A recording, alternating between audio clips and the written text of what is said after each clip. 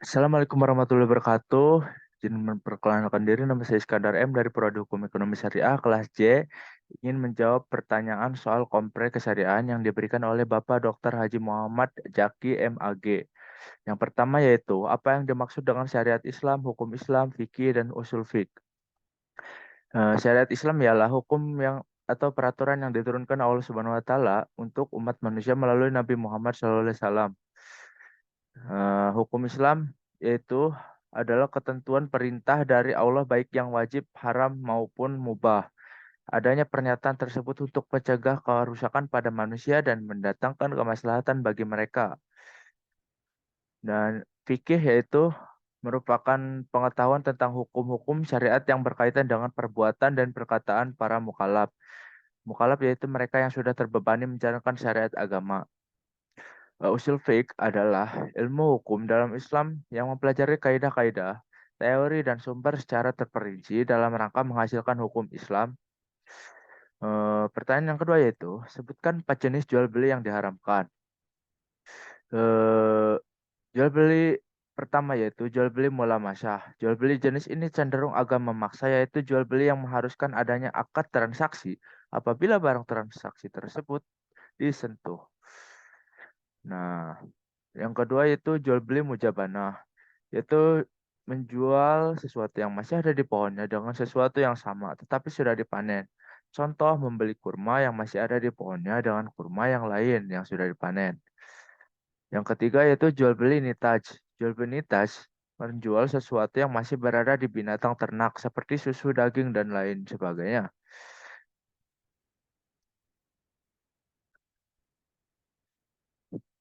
Contohnya yaitu Fafulan ingin berkata kepada penjual ingin membeli susu dari kantong susu 5 ekor sapi perah.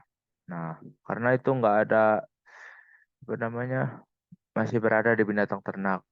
Selanjutnya yaitu jual beli munabazah. Jual beli ini yaitu masing-masing pihak menawarkan barangnya kepada temannya dan masing-masing dari mereka tidak melihat barang temannya. Jual beli seperti ini haram hukumnya karena terdapat unsur goror dan ketidakjelasan kepada barang atau benda yang dijual.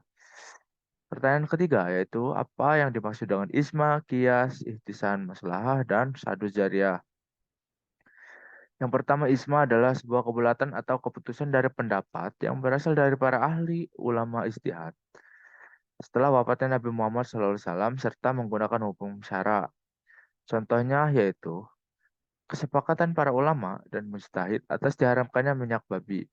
Yang kedua yaitu kias adalah suatu tindakan untuk menyamakan suatu hal yang tidak mempunyai nas hukum dengan sesuatu hal yang memiliki nas hukum. Contohnya yaitu menentukan narkotika sebagai barang hamar atau minuman yang memabukkan. Yang ketiga yaitu istisan. Istisan adalah mengikuti sesuatu yang lebih baik atau mencari yang lebih baik untuk diikuti. Contohnya, Nabi melarang menjual sesuatu yang belum ada. Dalam hal ini termasuk ijarah, musyakah, mujarah. Maslahah. Yang keempat adalah masalah adalah mengambil manfaat dan menolak kemudaratan dalam rangka memelihara tujuan-tujuan syara. Contohnya, tuntunan beribadah di masyarakat pada masa pandemi seperti tidak melakukan sholat Jumat dan sholat tarawih berjamaah di masjid, menutup masjid untuk sementara dan menggunakan eh, masker saat sholat. Yang kelima yaitu sadus jariah. Sadus jariah yaitu metode pencegah sesuatu yang menjadi media atau menjadi penyebab kerusakan.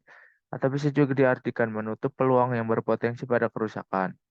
Sebagai contoh, keharaman mencaci maki sesembahan non-muslim karena berpotensi munculnya celaan kepada Allah Subhanahu wa taala. Pertanyaan keempat yaitu tulis 2 kaidah fikih. Kaidah yang pertama yaitu al-umur bima qasidiha, yaitu sesuatu yang diawali dengan niat. Contohnya, menjual anggur kepada orang yang mengekstrak anggur menjadi minuman yang memabukkan dan tidak sah. Yang kedua itu kaidah al-adatu muhakamah, kebiasaan yang dijadikan rujukan hukum. Contohnya, jika dia mencuri, dia harus dihukum adat potong jari.